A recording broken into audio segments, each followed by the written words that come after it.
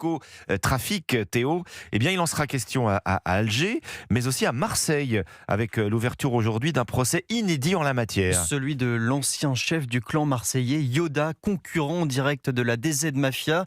La rivalité entre les deux a fait plusieurs dizaines de morts dans la cité phocéenne, jusqu'à l'interpellation en 2024 de celui qu'on surnomme le chat, Félix Bingui, qui comparaît donc avec 19 autres prévenus, Stéphane Burgat.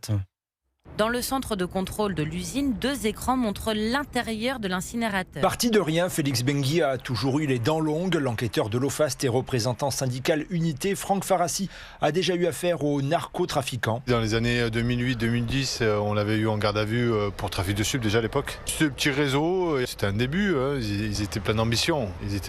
Ils voulaient prendre des réseaux, d'ailleurs ils en ont pris. Ils avaient déjà la connaissance, ils louaient des véhicules, ils voulaient monter en grade.